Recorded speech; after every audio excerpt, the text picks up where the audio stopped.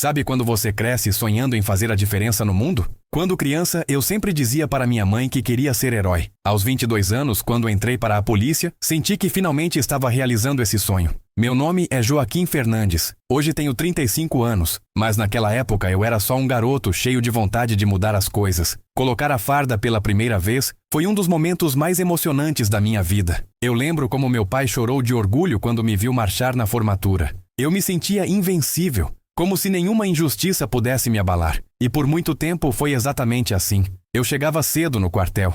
Era o primeiro a me voluntariar para missões perigosas e nunca pedi nada em troca além de respeito. Gostava de patrulhar as ruas, conversar com os moradores, mostrar que policial não é só quem prende, mas também quem protege e orienta. Aos poucos, conquistei a confiança da comunidade e, dentro da corporação, comecei a ser visto como um policial exemplar. Ganhei medalhas por bravura, elogios em boletins. Até recebi convites para dar palestras em escolas sobre segurança. Eu me sentia realizado. Em casa, minha vida também parecia perfeita. Eu morava sozinho, mas estava noivo de uma mulher incrível, a Amanda. Ela me apoiava em tudo. Dizia que sentia orgulho de ter um homem honesto ao lado dela. Quando eu chegava em casa cansado, ela preparava meu prato preferido e dizia que eu era o herói dela. E isso me motivava ainda mais. Às vezes, no silêncio da noite, eu sonhava em ter filhos, ensinar a eles sobre honra, coragem, respeito. Pensava em construir uma casa maior, quem sabe até me aposentar como major. A vida era boa, até o dia em que tudo começou a desmoronar. Foi numa tarde de segunda-feira que as primeiras desconfianças surgiram. Eu estava no vestiário trocando de roupa depois do turno quando ouvi dois colegas falando baixo, quase sussurrando. Eles diziam algo sobre pagar a parte do comandante e fechar a boca do chefe do morro. Meu coração disparou.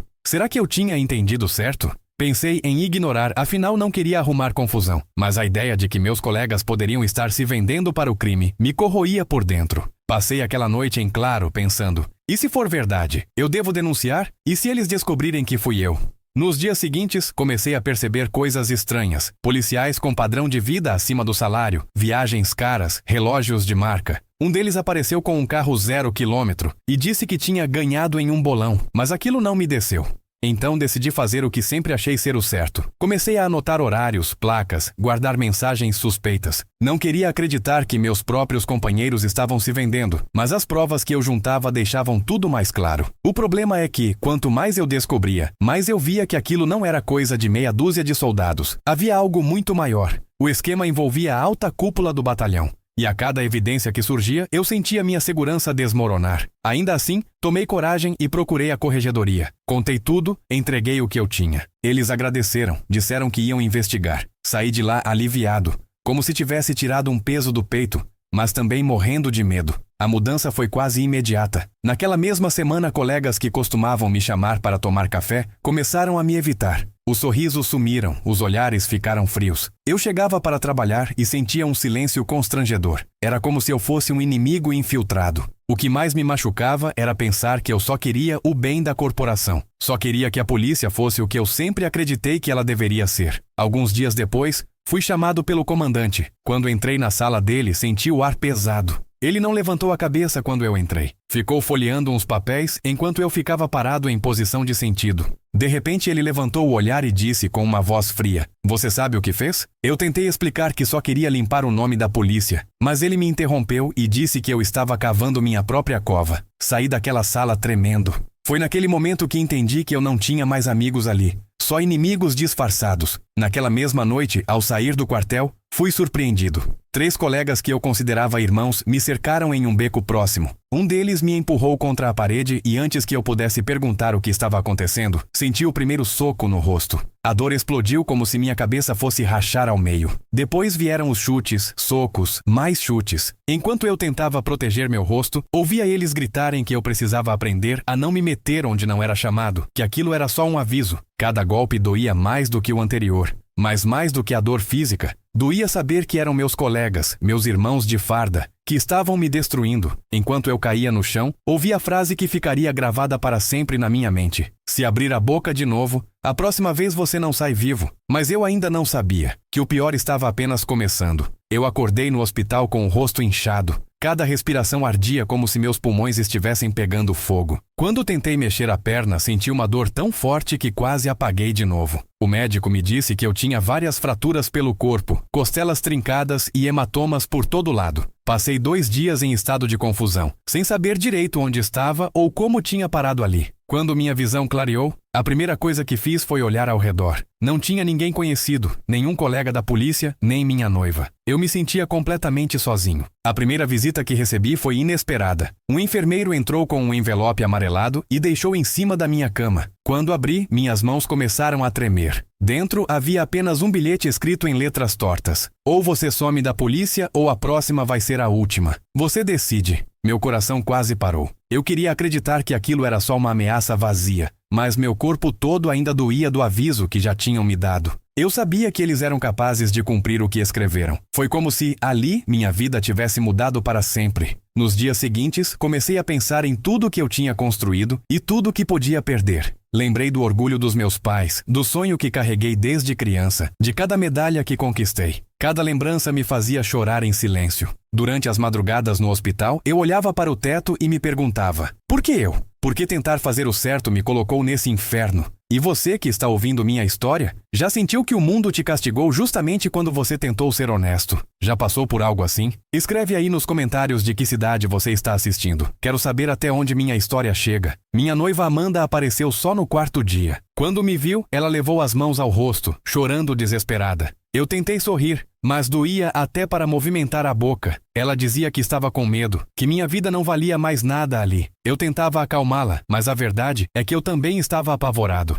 Nossos planos de casamento pareciam tão distantes, tão irreais, como se fossem sonhos de outra pessoa. Quando o médico me liberou, depois de quase uma semana internado, me senti mais frágil do que nunca. Cada passo fora do hospital era um lembrete de que eu não estava seguro. Ao voltar para casa, encontrei a porta trancada com uma fita da polícia. Senti meu estômago revirar. O síndico do prédio me explicou que tinham feito uma varredura por ordem do quartel, mas que ninguém sabia exatamente o motivo. Aquilo me deu um medo tão grande que minhas mãos começaram a suar. Eu não conseguia mais pensar direito. Parecia que tudo ao meu redor tinha se tornado hostil. Quando consegui entrar, encontrei minhas coisas reviradas, documentos espalhados, algumas fotos minhas rasgadas no chão. A cada detalhe, eu percebia que não era mais bem-vindo na minha própria vida. No dia seguinte, fui ao batalhão para tentar falar com algum superior que pudesse me ajudar, mas não consegui nem passar da recepção. Fui barrado por um soldado que me disse, sem olhar nos meus olhos, que eu estava afastado por tempo indeterminado. Era como se eu já não existisse. Voltei para casa me arrastando, com a cabeça baixa, tentando entender como minha vida tinha virado de cabeça para baixo em tão pouco tempo. Eu me perguntava se havia outra saída, mas a única coisa que ecoava na minha mente era a ameaça do bilhete. Ou você some,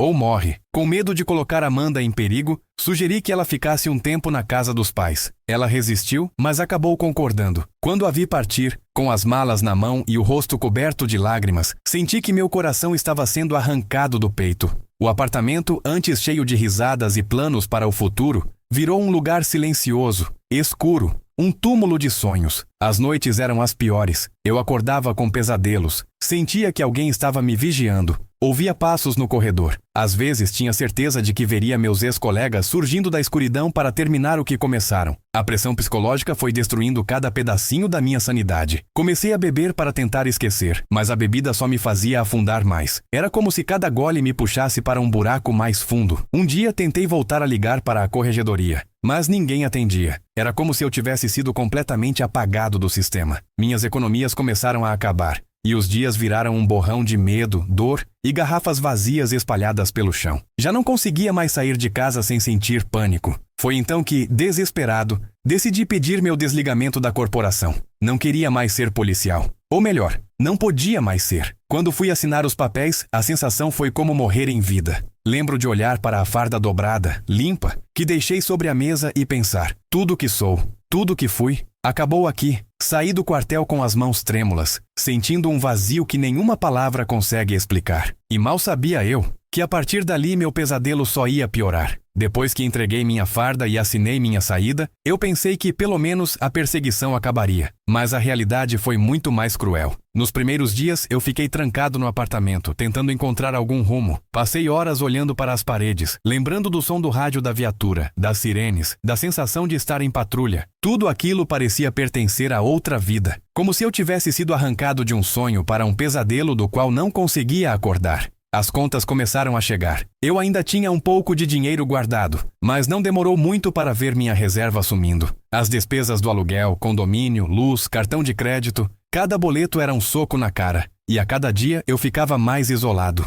Meus pais, que moravam em outra cidade, me ligavam preocupados, mas eu não conseguia contar toda a verdade. Dizia apenas que as coisas estavam difíceis, que precisava de tempo para me reorganizar. Eu tinha vergonha, muita vergonha. Como eu ia dizer que fui espancado por colegas de farda porque tentei fazer o certo? Como explicar que agora vivia trancado em casa, com medo até de abrir a porta? Amanda tentou me ajudar à distância. Mandava mensagens, ligava, perguntava como eu estava. Mas a verdade é que eu comecei a evitá-la. Eu tinha medo de colocá-la em risco, mas também me sentia tão sujo, tão quebrado, que não queria que ela visse o que eu me tornara. As garrafas de cachaça e uísque se tornaram minhas companheiras. No começo era só um copo à noite para conseguir dormir, mas logo passou a ser de manhã, à tarde, qualquer hora em que o pânico e as lembranças me sufocavam. A bebida anestesiava minha mente, mas também me empurrava para um abismo. Lembro de um dia em que acordei no chão da sala com gosto de vômito na boca e a cabeça latejando. A claridade da manhã me cegava e minha primeira reação foi procurar a garrafa mais próxima. Foi ali que percebi que eu estava me destruindo, mas não conseguia parar. A depressão já tinha tomado conta de mim, como se uma nuvem negra tivesse se instalado permanentemente na minha cabeça. Cada passo parecia pesar toneladas. E cada pensamento me lembrava que eu não era mais ninguém. Sem dinheiro, comecei a vender meus pertences. Primeiro foi a TV, depois o micro-ondas, o videogame que eu e Amanda usávamos para jogar juntos nas noites de folga. Cada objeto que saía do apartamento levava junto um pedaço da minha história, da minha felicidade. Eu chorava escondido depois que o comprador ia embora. Cheguei a ir em entrevistas para trabalhar como segurança, mas bastava eles verem no meu currículo que eu tinha sido policial para inventarem uma desculpa e dispensarem. Eu me sentia marcado, como se tivesse uma placa invisível dizendo "inimigo da corporação". Aos poucos, até a comida começou a faltar. Eu cortava as refeições para economizar. Misturava arroz com água para parecer que tinha mais, mas ainda assim não era o suficiente. As contas atrasadas se acumulavam como uma pilha de condenações. Até que um dia, o proprietário do apartamento bateu na minha porta. Disse que eu tinha 15 dias para pagar ou seria despejado. Quando ele saiu, eu me joguei no sofá e chorei como uma criança. Nunca pensei que, em tão pouco tempo,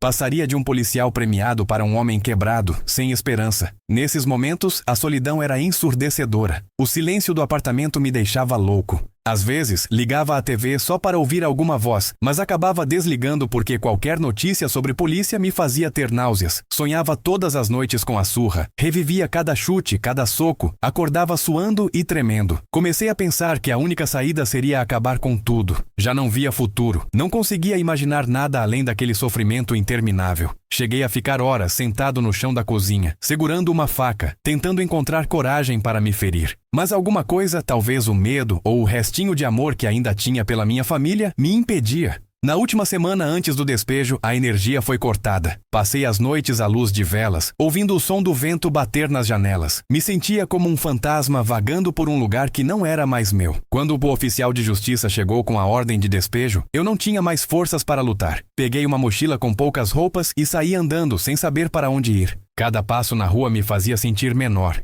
invisível, como se fosse apenas mais um entre tantos que a sociedade finge não ver. Foi assim que comecei a viver nas ruas, sem um endereço, sem um destino, sem esperança. Dormia em marquises, bancos de praça, qualquer canto que pudesse me proteger da chuva ou do frio. O cheiro de lixo e urina era constante, e a fome, uma dor que eu nunca imaginei que sentiria. Eu, que um dia fui aplaudido em formaturas e condecorado por bravura, agora implorava por um prato de comida. E pior, a cada vez que passava uma viatura, meu coração disparava de medo, como se eles ainda estivessem me caçando. E eu nem imaginava que a vida na rua seria ainda mais cruel do que qualquer espancamento. A primeira noite na rua foi um choque que jamais vou esquecer. Eu deitei embaixo de uma marquise com a mochila como travesseiro e senti o vento gelado cortando minha pele. O barulho dos carros passando, as pessoas apressadas que desviavam o olhar quando me viam ali jogado.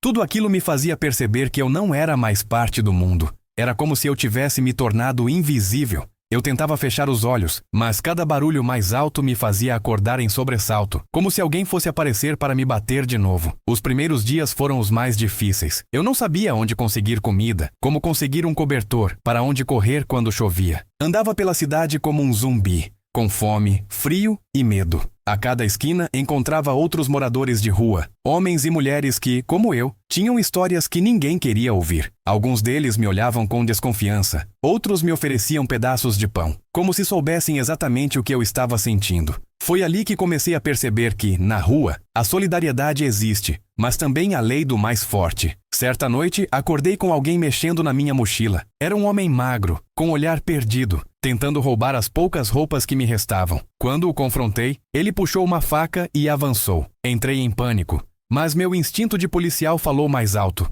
Consegui desviar e corri para longe, sentindo o coração explodir no peito. Sentei em uma calçada e chorei como nunca. Pensei, olha para mim, um policial treinado, reduzido a correr como um rato pelas ruas. Aquilo me quebrou ainda mais por dentro. A fome virou uma dor constante. Cheguei a ficar 2 dias sem comer nada. Comecei a fuçar lixeiras de restaurantes em busca de sobras. O cheiro de comida estragada se misturava ao cheiro do meu próprio corpo, que já não tomava banho havia dias. O orgulho que eu tinha se dissolveu completamente. Cada vez que alguém passava e segurava o nariz ou trocava de calçada para não chegar perto, eu lembrava do respeito que as pessoas tinham quando eu vestia a farda. Era como se o mundo fizesse questão de me lembrar que eu não era mais ninguém. À noite, o frio era meu maior inimigo.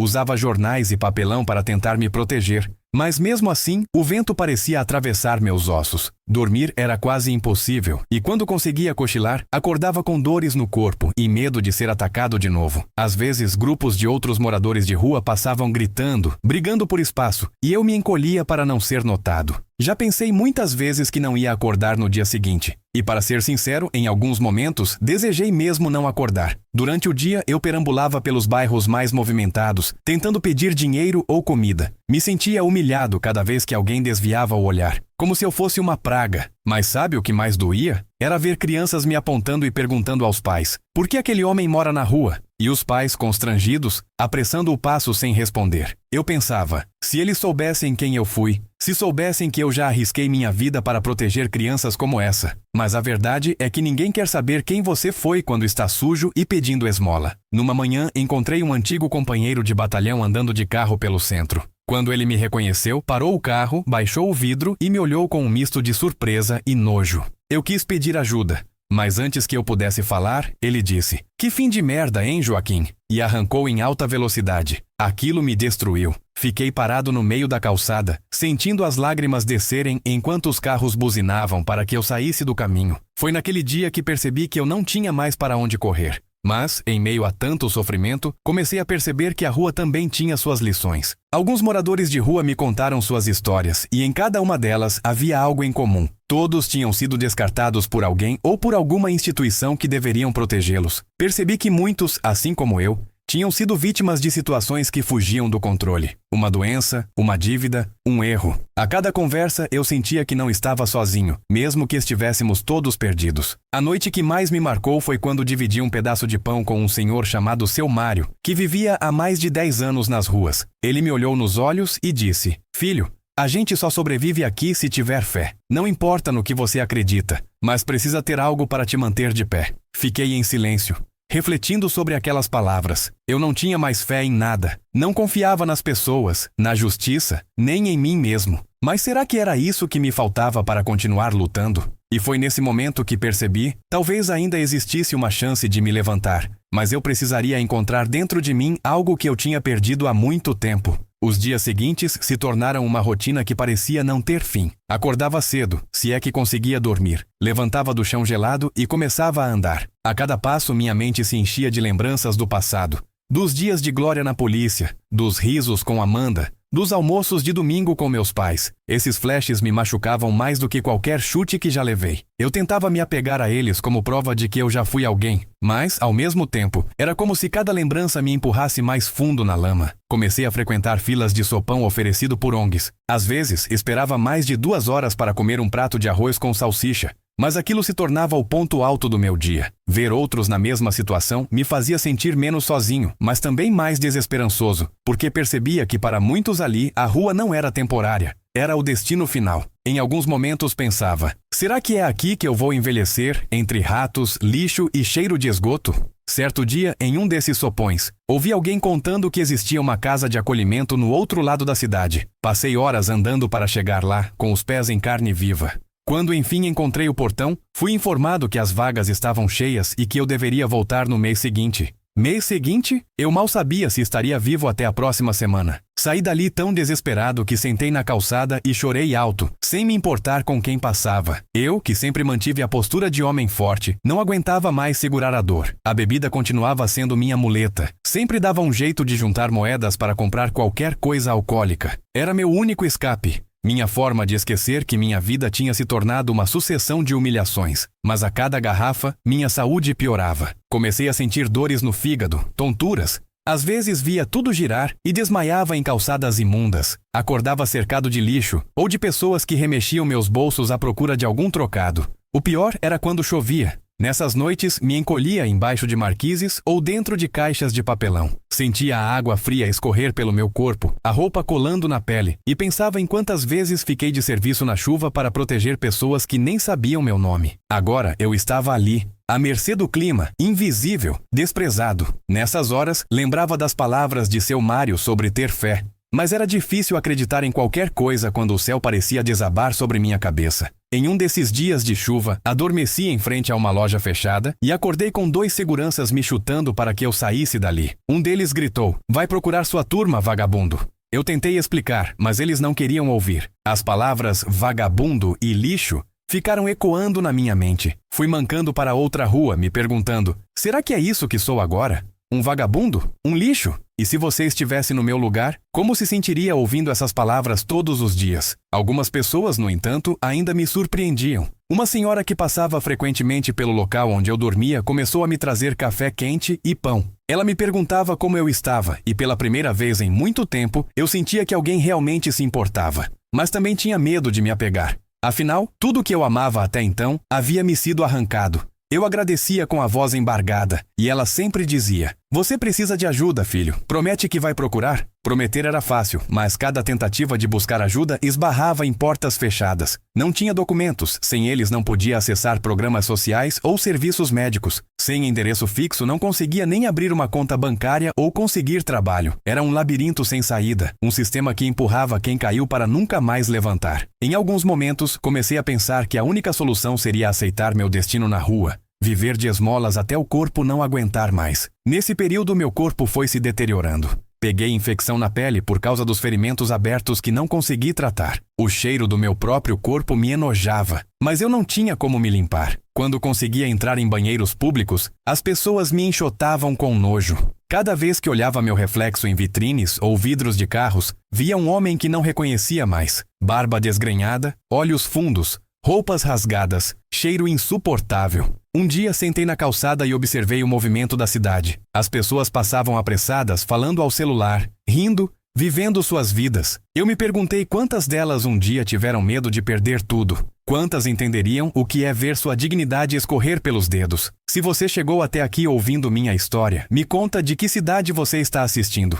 Quero saber quem ainda se importa, quem ainda acredita que histórias como a minha precisam ser contadas. E foi nesse dia, sentado no chão imundo, que comecei a pensar, será que ainda existe alguma chance de reconstruir minha vida? Ou tudo que restou de mim já morreu? Depois daquele dia em que passei horas sentado observando as pessoas, algo dentro de mim começou a mudar. Eu ainda estava fraco, sujo, faminto, mas um pensamento insistente começou a me perseguir. Se eu consegui entrar para a polícia, se fui capaz de enfrentar criminosos, por que não posso enfrentar essa situação? Esse pensamento era como uma pequena chama em meio à escuridão que se tornara minha vida. Mas não era simples. Cada passo em direção a um futuro melhor parecia impossível quando a única coisa que eu tinha era a roupa do corpo. Mesmo assim, comecei a procurar mais informações sobre abrigos, centros de apoio e ONGs. Foi assim que conheci um voluntário chamado Daniel, que todas as manhãs distribuía café e pão em uma praça do centro. Um dia criei coragem e contei um pouco da minha história para ele. Quando falei que tinha sido policial, vi no olhar dele algo que não via há muito tempo: respeito. Ele me ouviu em silêncio e depois disse: "Você não merece estar aqui. Vamos tentar mudar isso." Pela primeira vez, senti que alguém acreditava que eu ainda tinha valor. Daniel me explicou sobre um projeto que ajudava pessoas em situação de rua a conseguir documentos. Ele me acompanhou ao posto de atendimento social, esperou comigo na fila, me ajudou a preencher formulários. Foi humilhante ter que explicar mais uma vez porque não tinha comprovante de residência ou carteira de identidade. Cada funcionário que me atendia me olhava como se eu fosse apenas mais um mendigo sem futuro. Mas com paciência e insistência, consegui encaminhar a emissão de um novo RG. Enquanto esperava o documento ficar pronto, continuei vivendo na rua, mas agora com a esperança de que algo pudesse mudar. Cada dia era uma luta contra mim mesmo, contra a vontade de desistir, contra a tentação de voltar a me embriagar. Ainda assim, não conseguia abandonar a bebida de vez. Tinha dias em que acordava tão desesperado que a única maneira de suportar era encher a cara, e a vergonha depois me destruía. Eu pensava: como posso querer mudar se continuo cometendo os mesmos erros? Nessas semanas, reencontrei seu Mário, o senhor que me falara sobre fé. Ele me encontrou chorando em um canto e sentou ao meu lado. Ficamos em silêncio por um tempo, e depois ele me disse: "Filho, não é a queda que define quem a gente é, mas o que a gente faz depois de cair." Essas palavras ficaram martelando na minha mente por dias. Passei a repetir essa frase toda vez que o desespero batia. E mesmo sem saber direito como, comecei a sentir que talvez eu ainda pudesse me erguer. Quando finalmente consegui meu RG, Daniel me ajudou a entrar em contato com uma casa de acolhimento. Dessa vez, consegui uma vaga. Lembro até hoje do cheiro do quarto. Era simples, mas limpo, com um colchão de verdade e um cobertor quente. Chorei como uma criança na primeira noite em que dormi ali. Não era minha casa, mas era o primeiro teto seguro que tive em meses. Foi como se um peso gigantesco tivesse sido tirado das minhas costas. Na casa de acolhimento, comecei a participar de rodas de conversa com outros homens que também viviam na rua. A maioria tinha histórias tão ou mais tristes que a minha. Alguns perderam tudo por causa de drogas, outros por doenças, outros por golpes que sofreram. Cada história me fazia perceber que a queda pode acontecer com qualquer um e que ninguém está imune à crueldade do destino. Foi ali que entendi que o preconceito contra moradores de rua nasce do desconhecimento. As pessoas não querem saber o que nos levou até ali, apenas preferem nos ignorar. Com o RG em mãos, consegui fazer cadastro em programas sociais que me garantiram pelo menos uma refeição por dia. Isso já era um alívio enorme, pois não precisava mais vasculhar lixeiras para comer. Também comecei a participar de um grupo de apoio para dependentes de álcool. Eu tinha vergonha de admitir, mas a bebida ainda me dominava. No grupo, percebi que muitos tinham recaídas como eu, mas aprendiam a recomeçar a cada dia. Ouvir suas experiências me deu forças para tentar de novo, um dia de cada vez. Nesse processo, voltei a pensar na minha família. Fazia meses que eu não falava com meus pais e não tinha coragem de contar onde estava. Amanda, minha noiva, também não tinha mais notícias minhas. Eu pensava nela todos os dias. Lembrava do sorriso dela, da forma como me fazia sentir que eu era bom o bastante. Mas a vergonha me impedia de procurá-la. Eu me sentia sujo demais, indigno demais. Ainda assim, guardei a esperança de que um dia poderia reencontrá-la. Talvez já limpo, de pé, digno. Aos poucos, fui voltando a lembrar quem eu era. Não o homem destruído, mas o policial que acreditava em justiça. O filho que queria dar orgulho aos pais. O homem que sonhava em ter uma família. Mas eu sabia que o caminho seria longo e doloroso. E mesmo assim, decidi que não desistiria de mim mesmo. E foi nesse momento que comecei a entender que ainda havia um caminho, mesmo que estreito, para eu tentar reconstruir minha vida. Na casa de acolhimento, passei a ter pequenas rotinas que me ajudavam a me sentir humano de novo. Arrumar a cama, ajudar na cozinha, conversar com outros acolhidos. Cada tarefa, por mais simples que fosse, me lembrava que eu ainda podia ser útil. Foi estranho no começo ter horários para acordar, fazer refeições, dormir. Eu tinha desaprendido a viver com regras depois de tanto tempo entregue ao caos das ruas. Mas com o tempo comecei a sentir que aquilo me dava segurança, como se cada dia fosse uma pequena vitória contra o desespero. Daniel continuava me visitando quase todos os dias, sempre trazendo palavras de incentivo. Um dia ele me perguntou se eu já tinha pensado em trabalhar de novo. Aquela pergunta me deu um frio na barriga. Minha primeira reação foi dizer que ninguém me daria emprego, ainda mais sabendo do meu histórico. Mas ele me incentivou a tentar. Começamos a procurar juntos vagas de serviços gerais, onde não fosse exigido muito além de disposição para trabalhar. Para minha surpresa, depois de algumas semanas, apareceu uma oportunidade como ajudante em uma oficina mecânica.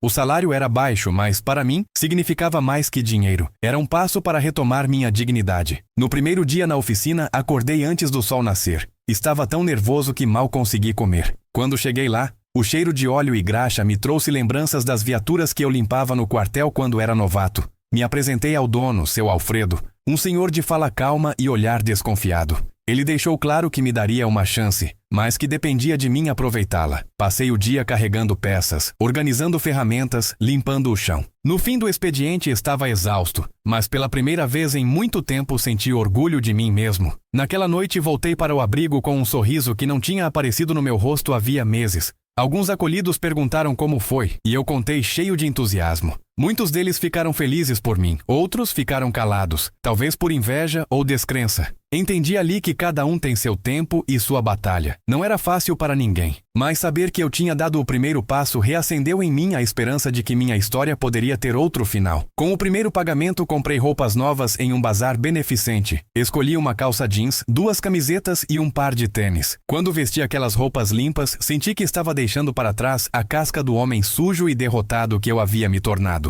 Também comprei um chip novo para o celular velho que tinha guardado. Decidi, enfim, ligar para minha mãe. Quando ouvi a voz dela do outro lado, chorei tanto que mal conseguia falar. Ela também chorava, perguntando onde eu estava, se estava bem, se precisava de ajuda. Naquele telefonema prometi que ainda não podia voltar para casa, mas que estava tentando reconstruir minha vida. Ela disse que não importava o que acontecesse, eu sempre seria o filho dela e que meu quarto estaria me esperando. Depois daquela conversa, senti como se um peso de 1000 quilos tivesse saído das minhas costas. Percebi que mesmo quando a gente acha que não tem mais ninguém, ainda existem pessoas que nos amam incondicionalmente. Nos dias seguintes, trabalhei sem faltar, sempre chegando mais cedo e me esforçando para aprender. Seu Alfredo começou a me dar tarefas mais complexas, como trocar óleo e verificar freios. Cada elogio dele era como um combustível para minha autoestima. Passei a economizar parte do que ganhava, sonhando em alugar um quartinho e sair do abrigo. Ainda precisava lidar com a vontade de beber, que me perseguia diariamente como um fantasma. Mas com o apoio do grupo de dependentes e das pessoas do abrigo, fui conseguindo resistir. Um dia de cada vez. Numa manhã, encontrei Amanda em frente ao abrigo. Eu congelei. Ela estava mais linda do que nunca, mas com os olhos marejados. Disse que minha mãe contou que eu estava tentando recomeçar e que ela precisava me ver. Ficamos horas conversando sentados no banco da praça em frente ao abrigo. Contei tudo, cada detalhe, sem esconder nada. Ela chorou muito, e eu também. No final, ela segurou minha mão e disse: "Eu ainda te amo. E quero te ajudar a voltar a ser quem você era." Naquele momento percebi que talvez houvesse algo mais forte do que o medo, a vergonha ou a dor. O amor. Foi ali, no banco daquela praça, que senti que meu coração, antes endurecido pela dor, começava a amolecer de novo. Mas eu sabia que ainda tinha muito a fazer para provar a mim mesmo, e a ela, que eu estava realmente disposto a mudar. E foi assim que percebi que minha jornada de volta estava apenas começando, e que cada dia seria um novo teste de força e fé. Depois do reencontro com Amanda, algo dentro de mim se acendeu de vez. Ela não prometeu que tudo voltaria a ser como antes, mas disse que me daria apoio se eu continuasse no caminho da recuperação. Isso me motivou a me dedicar ainda mais ao trabalho na oficina. Passei a estudar sobre mecânica nas horas vagas, usando vídeos na internet quando conseguia acesso no abrigo. Queria mostrar não só para ela, mas para mim mesmo, que eu ainda era capaz de aprender, crescer e construir um futuro. Com o tempo, fui conquistando a confiança de seu Alfredo. Ele me ensinava técnicas, corrigia meus erros e sempre que podia, contava histórias de sua própria vida difícil. Descobri que ele também já tinha passado por dias sombrios antes de abrir a oficina. Isso criava entre nós um laço de respeito. Foi dele a ideia de me ajudar a alugar um quartinho perto da oficina. Ele me adiantou parte do pagamento e, com minhas economias, consegui mobiliar o pequeno espaço com uma cama, um fogão usado e uma geladeira antiga, mas que funcionava. No dia em que dormi no meu próprio canto pela primeira vez, senti que estava renascendo. Acordei cedo, fiz café e sentei na cama olhando o sol invadir o cômodo através da cortina fina. Era um quarto simples, mas era meu. Depois de tanto tempo sem um teto, aquilo parecia um castelo. Liguei para minha mãe e contei a novidade, e ela chorou de felicidade. Disse que mal podia esperar para me visitar, e prometi que, em breve, iria vê-la pessoalmente.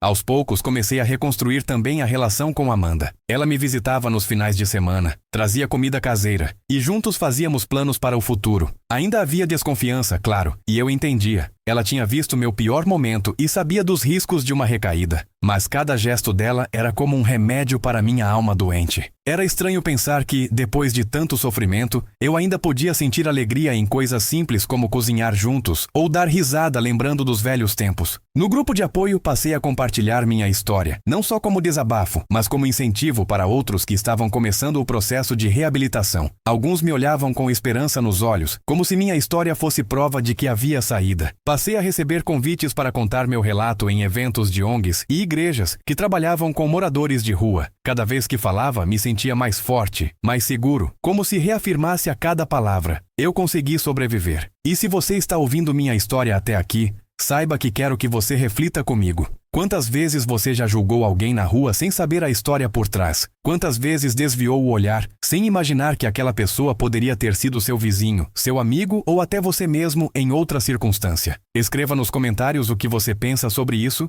e de que cidade você está assistindo. Vamos espalhar essa reflexão para mais gente. Minha história não tem um final perfeito. Ainda enfrento desafios diários, ainda tenho medo de recaídas, ainda luto contra as lembranças do que sofri. Mas hoje sei que não sou mais um homem perdido. Tenho um lar, um trabalho, o amor de quem nunca desistiu de mim. Sei que preciso continuar cuidando de mim mesmo, mantendo a mente firme, buscando ajuda sempre que precisar. Aprendi que pedir ajuda não é sinal de fraqueza, mas de coragem. Se eu pudesse deixar uma mensagem para quem está passando por um momento difícil, seria essa. Mesmo quando tudo parece perdido, mesmo quando a vergonha e o medo tentam te dominar, nunca esqueça que ainda existe uma chance de recomeçar. Talvez você não veja agora, talvez não consiga acreditar, mas sempre há alguém disposto a estender a mão, como Daniel fez comigo. E quando essa mão aparecer, tenha humildade para aceitá-la. Hoje, olho para trás e não sinto mais apenas dor, mas também gratidão. Se não tivesse passado pelo que passei, talvez nunca entendesse o valor da empatia, da solidariedade e da segunda chance. Se não tivesse caído,